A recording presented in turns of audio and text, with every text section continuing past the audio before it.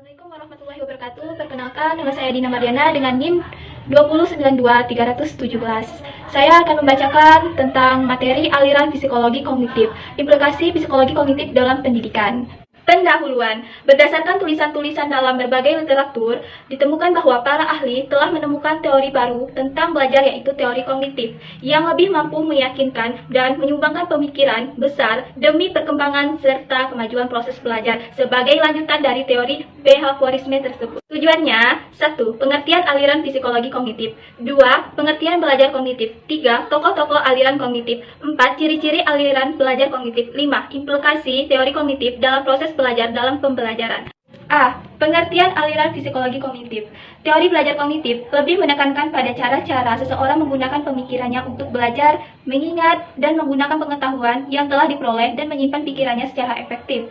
Pada proses psikologi kognitif, informasi yang diterima berupa data yang mudah diingat dan dapat memberikan efek besar pada manusia, atau Puspasari 2016. Psikologi kognitif merupakan perilaku manusia dan tidak ditentukan oleh stimulus yang berada di luar dirinya, melainkan oleh faktor yang ada pada dirinya sendiri.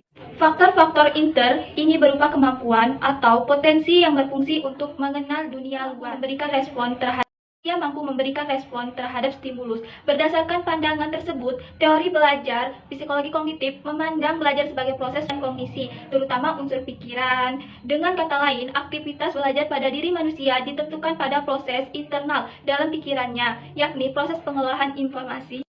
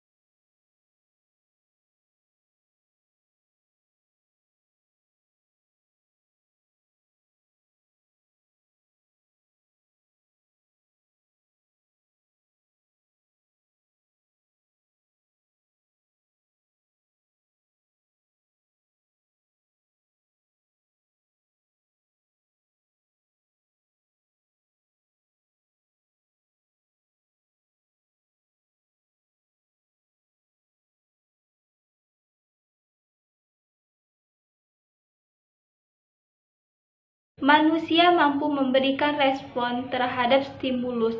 Berdasarkan pandangan tersebut, teori belajar psikologi kognitif memandang belajar sebagai proses dan kognisi, terutama unsur pikiran. Dengan kata lain, aktivitas belajar pada diri manusia ditentukan pada proses internal dalam pikirannya, yakni proses pengolahan informasi. Memberikan respon terhadap stimulus. Berdasarkan pandangan tersebut, teori belajar psikologi kognitif memandang belajar sebagai proses dan kognisi, terutama unsur pikiran. Dengan kata lain, aktivitas belajar pada diri manusia ditentukan pada proses internal dalam pikirannya, yakni proses pengolahan informasi. B. Teori belajar konstruktivisme. Teori belajar konstruktivisme memandang bahwa 1. Belajar berarti mengonstruksikan makna atas informasi dari masukan yang masuk ke dalam otak. 2. Peserta didik harus menemukan dan mentransformasikan informasi kompleks ke dalam dirinya sendiri.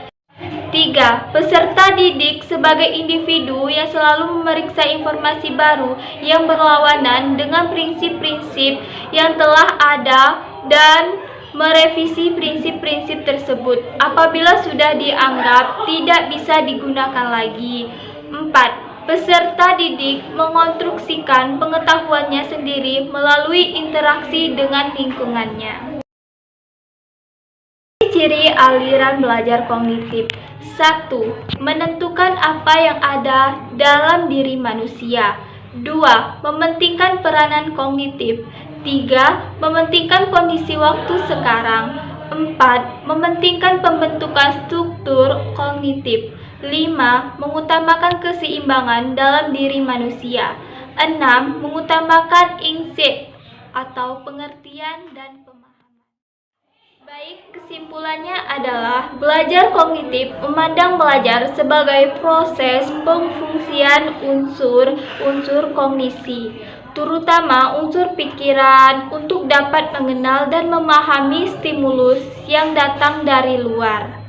Aktivitas belajar pada diri manusia ditekankan pada proses internal berpikir, yakni proses pengolahan informasi. Teori belajar kognitif lebih menekankan pada belajar yang merupakan suatu proses terjadinya dalam akal pikiran manusia. Teori belajar kognitif adalah teori belajar pengolahan informasi dan teori belajar konstruktivisme. Terima kasih. Wassalamualaikum warahmatullahi wabarakatuh.